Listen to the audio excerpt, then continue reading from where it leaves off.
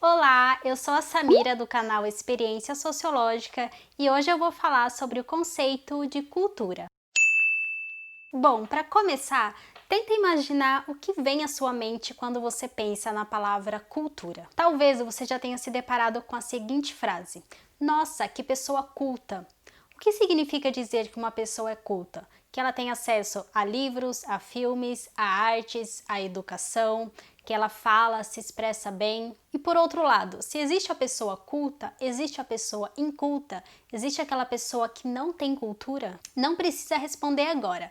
Espera o fim do vídeo para você buscar a sua resposta. E quando você pensa, eu quero viajar, quero conhecer outras culturas, o que exatamente você quer conhecer? A linguagem, os modos de se vestir, de falar, de se relacionar, as obras de arte que existem nesses países, a arquitetura, os modos de vida, de pensamento, religião. Bom, existe uma infinidade de combinações para se formar a cultura, ou melhor dizendo, as culturas existentes num lugar e das pessoas que habitam esse lugar. E a cultura, ela não surge de uma hora para outra, do dia para a noite. Leva um tempo considerável para as pessoas mudarem o modo de vida, os modos de pensamento, as tradições, os preconceitos que elas carregam. E cada lugar, cada período histórico vai possuir as suas características culturais, as suas particularidades. Eu gosto muito de dar o exemplo do café da manhã. O que vocês têm o costume de comer, de beber no café da manhã de vocês? Ou vocês têm esse costume? Eu tenho o costume de tomar uma xícara de café e um pão com manteiga de manhã. Por que será que eu tenho esse costume? Será que é porque eu sempre vi a minha mãe e o meu pai fazendo isso e depois eu fui reproduzindo? Será que tem a ver com a economia cafeeira do Brasil ou com os alimentos da parte da agricultura que são produzidos aqui? Então seria mais fácil ou talvez mais barato eu adquirir esses produtos e não outros? E eu tenho certeza que mesmo morando no Brasil, as respostas de vocês podem ser muito diferentes. E não existe o certo e o errado. Existe o hábito daquela pessoa de acordo com o ambiente em que ela foi inserida. Então a nossa cultura é influenciada pelo nosso processo de socialização. Com o que você teve contato desde criança? Com quem? Quais foram os hábitos que a sua família, que é a parte da socialização primária, levou até você? Na questão da alimentação, dos gostos, do estilo musical, do modo de se vestir, de se falar, da linguagem. E ao longo da vida nós vamos ampliando esse contato com as outras pessoas e a gente acaba adquirindo outros elementos culturais.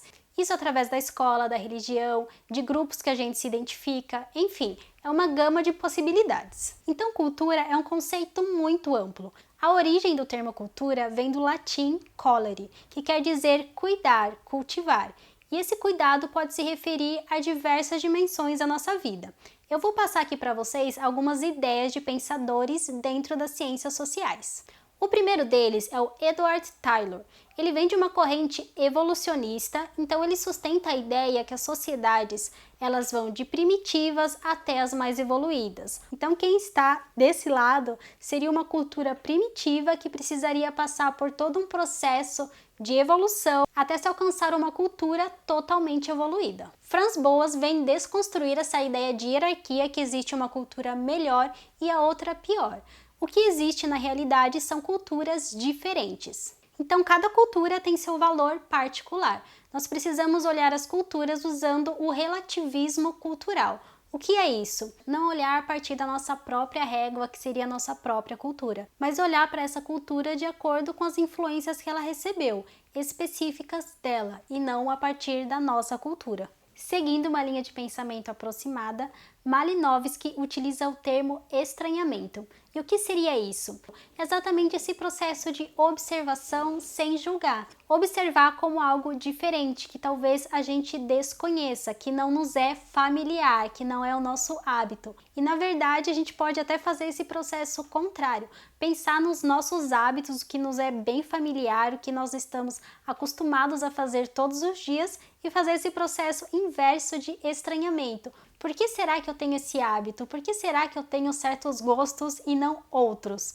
Então é uma observação que a gente consegue fazer também em cima da nossa própria cultura, utilizando o familiar e o exótico. E claro que eu não poderia deixar de trazer aqui duas mulheres, duas antropólogas, a Margaret Mead e a Ruth Benedict. Elas utilizam o termo padrão cultural.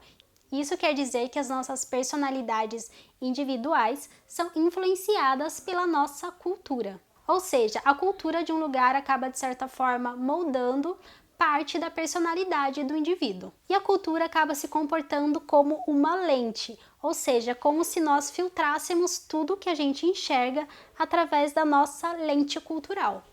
Eu vou mencionar aqui para vocês também uma definição de cultura feita pela Unesco na Conferência Mundial de Políticas Culturais que aconteceu na década de 80 lá no México. Essa definição entende a cultura como complexo integral de distintos traços espirituais, materiais, intelectuais e emocionais que caracterizam uma sociedade ou grupo social.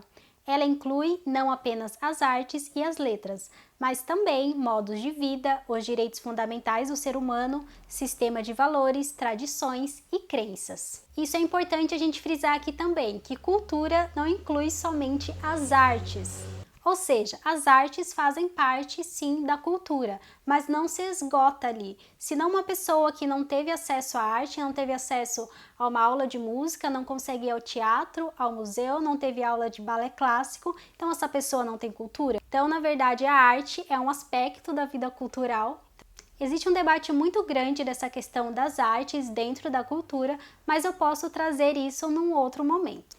E é extremamente importante a gente lembrar também dos perigos da cultura, ou seja, da questão do etnocentrismo, que é considerar uma cultura superior às demais culturas, da questão da xenofobia, que é ter essa aversão ao que é estrangeiro, à pessoa estrangeira, essa questão da superioridade do poder que acaba oprimindo quem é diferente.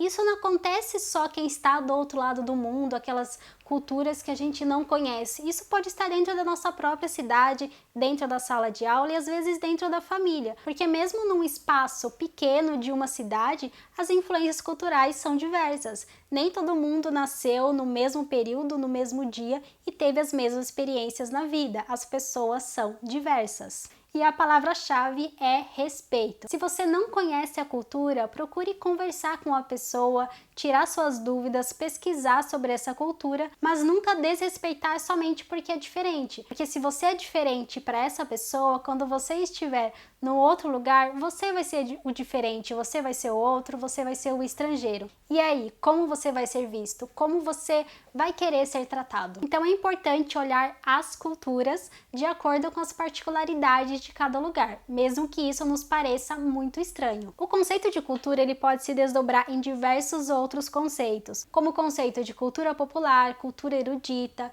indústria cultural, cultura de massa, apropriação cultural, políticas culturais e muitos outros. O que eu fiz nesse vídeo foi trazer um recorte sobre esse tema. Eu trouxe alguns exemplos de estudiosos que falam sobre o conceito de cultura. Você pode pesquisar e se aprofundar através de diversos outros autores, cientistas, antropólogos e sociólogos. Eu espero que essa introdução ao conceito de cultura tenha contribuído de alguma forma para você. Se você ainda ficou com alguma dúvida, quer fazer um comentário ou crítica, é só deixar aqui nos comentários. Muito obrigada e até a nossa próxima experiência sociológica.